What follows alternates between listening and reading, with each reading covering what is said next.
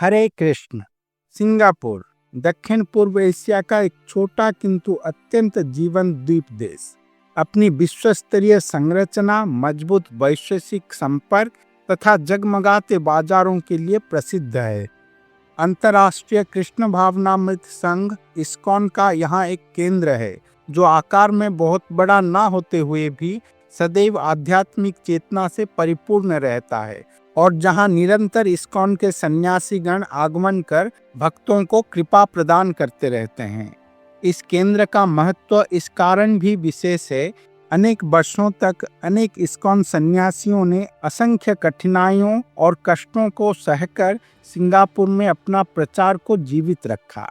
एक समय ऐसा भी आया जब सिंगापुर सरकार ने इस्कॉन पर प्रतिबंध लगा दिया था और सभी प्रचारात्मक कार्यक्रमों तथा गतिविधियों को रोक दिया गया था। उस समय की स्थिति इतनी कठोर थी कि इस्कॉन के भक्त ही नहीं बल्कि सन्यासी भी अपने पारंपरिक वैष्णव वस्त्र में सिंगापुर में प्रवेश नहीं कर सकते थे। विवश होकर उन्हें पैंट शर्ट पहनकर सामान्य व्यक्तियों के रूप में जाना पड़ता था। श्रीमद् गौर गोविंद स्वामी महाराज ने कभी अपना संन्यास वेश नहीं बदला, इसीलिए उन्हें सिंगापुर में काफी कठिनाइयों का सामना करना पड़ा था। विश्व यात्रा का केंद्र के रूप में अपनी स्थिति के कारण अनेक इस्कॉन के सन्यासी तथा वरिष्ठ भक्त यहाँ से होकर अन्य देशों में प्रचार यात्रा पर जाते समय प्राय अपने उड़ान विश्राम अथवा ट्रांजिट के दौरान सिंगापुर में रुकते हैं। मंदिर के भक्तगण एवं प्रबंधन सदा इस बात में लगे रहते हैं कि श्रील प्रभुपाद के ये वरिष्ठ शिष्य और सन्यासी यहाँ अपने प्रवास और यात्रा के समय आध्यात्मिक रूप से समृद्ध अनुभव प्राप्त करें। श्रीमद् गौर गोविंद स्वामी महाराज भी प्राय सिंगापुर आते थे। वे प्रायतः ऑस्ट्रेलिया, इंडोनेशिया, बाली अथवा मलेशिया की यात्रा के दौरान यहाँ 1 या 2 दिन रुकते थे। जब भी महाराज सिंगापुर मंदिर में ठहरते, आसपास के भक्त अत्यंत उत्साह से इकट्ठा हो जाते, इस लालसा से कि वे उनके श्रीमुख से अमृतमयी हरिकथा श्रवण कर सकें।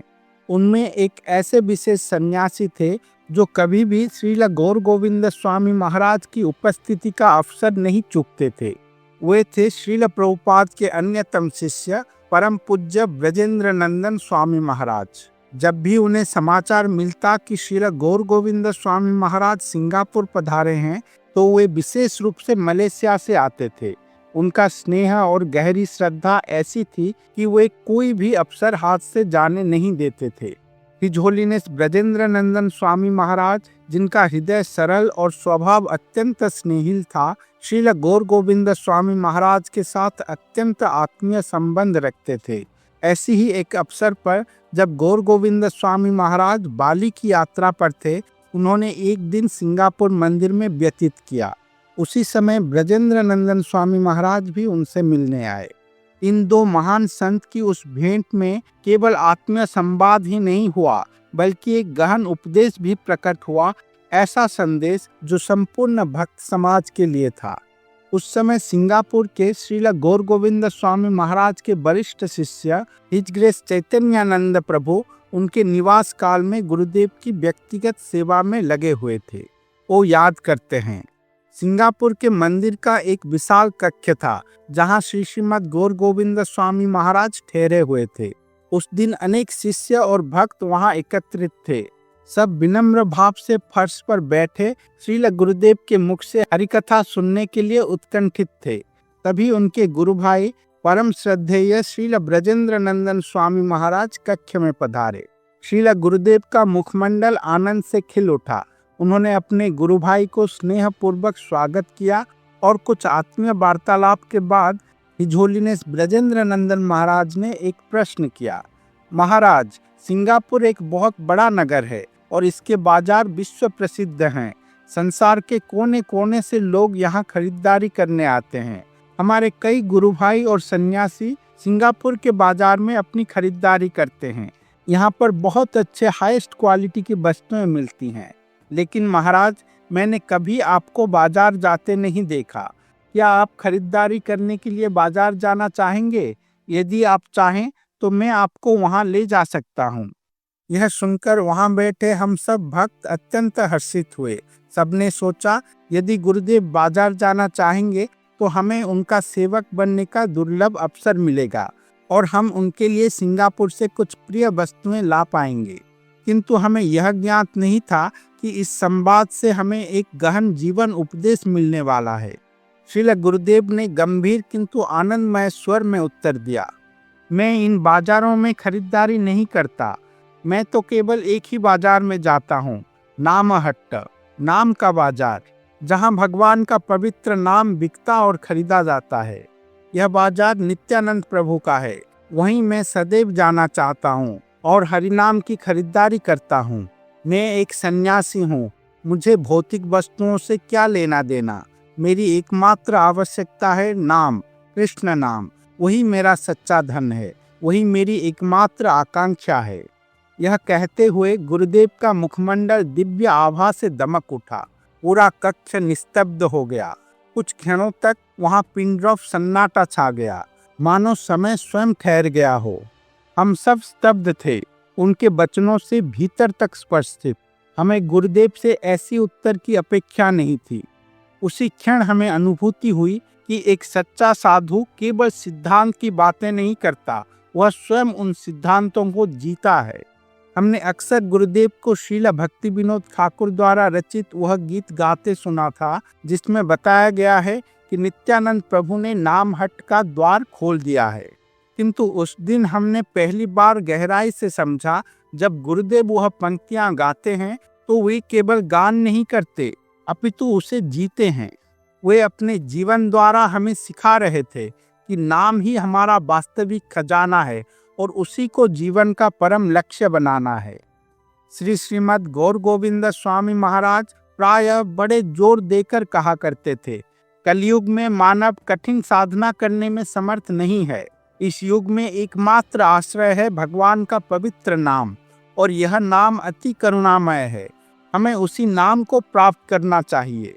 भगवान ने अपनी असीम कृपा से एक ऐसा बाजार खोल दिया है जहां यह पवित्र नाम खरीदा और बेचा जाता है। उस नाम को पाने का मूल्य है हमारा श्रद्धा। यदि हमारे पास सच्ची श्रद्धा है तो हम उस बाजार से भगवान और उनके प्रिय भक्तों से यह नाम खरीद सकते हैं। ऐसा करने से हमारा मानव जीवन निश्चय ही सफल हो जाएगा। श्रील प्रभुपाद, जो भगवान नित्यानंद प्रभु के सबसे प्रिय भक्त हैं, उन्होंने इस पवित्र नाम के बाजार को पूरी दुनिया में फैलाया है। हर नगर और हर गांव में उन्होंने इस दिव्य नाम बाजार नामहट्ट की शाखाएं खोली हैं, जहां पवित्र नाम का स्वतंत्र वितरण हो रहा है। हमें बस वहां जाना है, उस नामहट्ट में जाना है।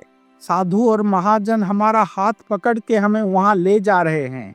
हमारा एकमात्र कर्तव्य है उनके हाथ को दृढ़ता से पकड़ लेना और कभी न छोड़ना। यदि हम साधु और गुरु से मजबूती से जुड़े रहेंगे तो निश्चय ही एक दिन हम उस नाम बाजार तक पहुंच जाएंगे। साधु और गुरु की कृपा से ही हमारे हृदय में श्रद्धा विकसित होगी, जो पवित्र नाम के सच्चे सौदे के लिए आवश्यक है। तभी और केवल तभी हमारा यह मानव जीवन वास्तव में सफल हो पाएगा। हरे कृष्ण। নিতাই নামে নিচ্ছে নামের হাটে, নিতাই নামে নিচ্ছে নামের হাটে, শ্রদ্ধামূলে নাম দিতেছে রে, শ্রদ্ধামূলে নাম দিতেছে, শ্রদ্ধামূলে নাম দিতেছে রে, শ্রদ্ধামূলে নাম দিতেছে। হরে কৃষ্ণ কৃষ্ণ কৃষ্ণ হরে হরে রাম রাম রাম হরে হরে। নিতাই জীবের তো সামলিন দেখে নাম এনেছে ব্রত থেকে রে, নাম শিব জপে পঞ্চমুখী রে, মধুর এই হরি নাম, মধুর এই হরি নাম, এই নাম ব্রহ্মা জপে চতুর্মুখে রে, মধুর এই হরি নাম, মধুর এই হরি নাম, এই নাম নারদ জপে বিনা জপে রে, মধুর এই হরি নাম, মধুর এই হরি নাম, নাম ভাসে ওজা মিল বৈকুণ্ঠে গেল রে, এই নাম বলতে বলতে ব্রজে চলো রে।